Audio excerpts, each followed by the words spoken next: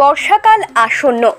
একদিকে যেখানে উত্তরবঙ্গে তিস্তা তার ধ্বংসাত্মক রূপ নিয়েছে, অপরদিকে রায়গঞ্জ পৌরসভার জল নিকাশি ব্যবস্থা খতিয়ে দেখতে উপস্থিত হলেন খোদ রায়গঞ্জ বিধানসভার প্রাক্তন বিধায়ক কৃষ্ণ কল্যাণী, পৌর প্রশাসক সন্দীপ বিশ্বাস, উপপৌর প্রশাসক অরিন্দম সরকার, ২ নম্বর ওয়ার্ড কোঅর্ডিনেটর শিল্পী দাস, কোঅর্ডিনেটর সাধু বর্মন ও উত্তর দিনাজপুর জেলা পরিষদের ইঞ্জিনিয়াররা। শনিবার দুপুরে ২ নম্বর ওয়ার্ডের ধূমকেতু ক্লাবের কাছে রায়গঞ্জ কর্ণজোড়াগামী রাস্তার দুপাশে বেহাল জল নিকাশি ব্যবস্থার সুরাহা করতে এমন উদ্যোগ পৌরসভার বলে জানান প্রাক্তন বিধায়ক।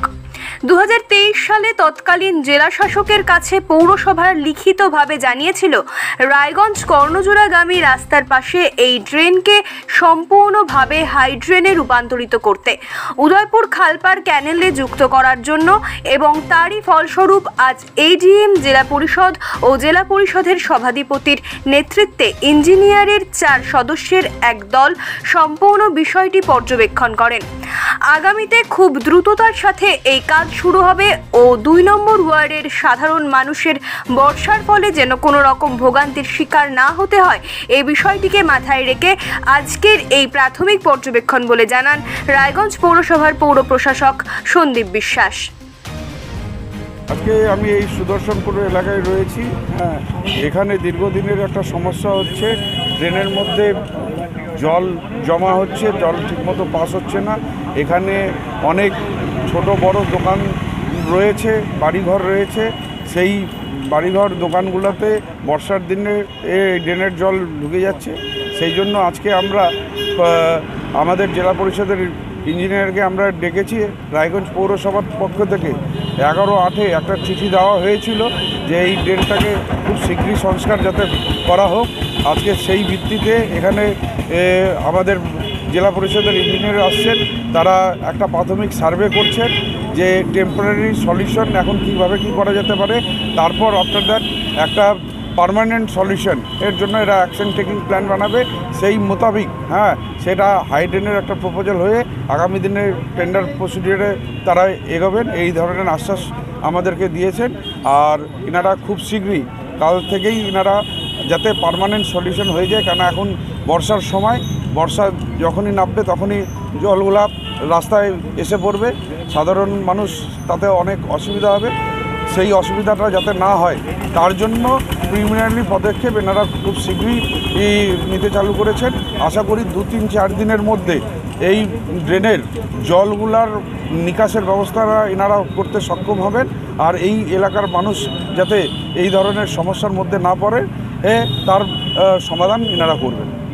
এখানে আজকে আপনারা জানেন যে সুদর্শনপুরের এই এলাকার মানুষের ড্রেনের জলের প্রচণ্ড সমস্যা, ড্রেনেজ সিস্টেম সঠিক নেই।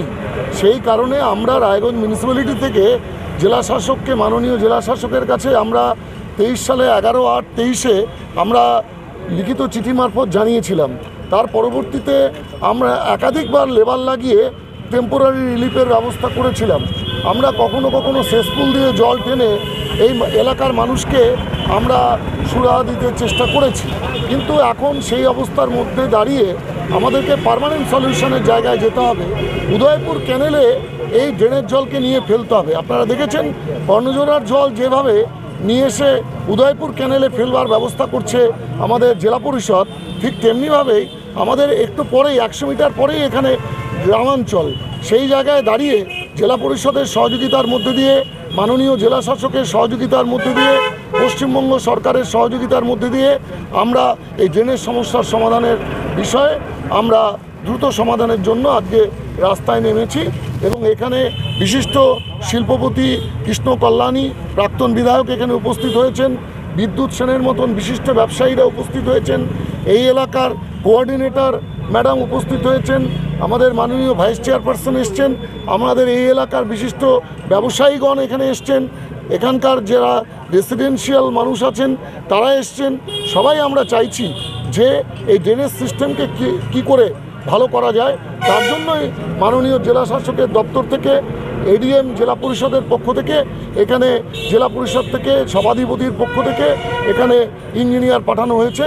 সার্ভে, প্রাথমিক সার্ভে করে রিপোর্ট দিয়ে গভর্নমেন্ট উপযুক্ত ব্যবস্থা গ্রহণ করবে, এটা আমাদের বিশ্বাস। অনেক দিনের এখানকার মানে বাসিন্দাদের হচ্ছে অভিযোগ ছিল যে এখানে যে ড্রেনটা আছে ড্রেনটা বন্ধ হয়ে যায়, বর্ষাকালে ওভারফ্লো হয়ে যায়, রাস্তা চলাচলে প্রবলেম হয়।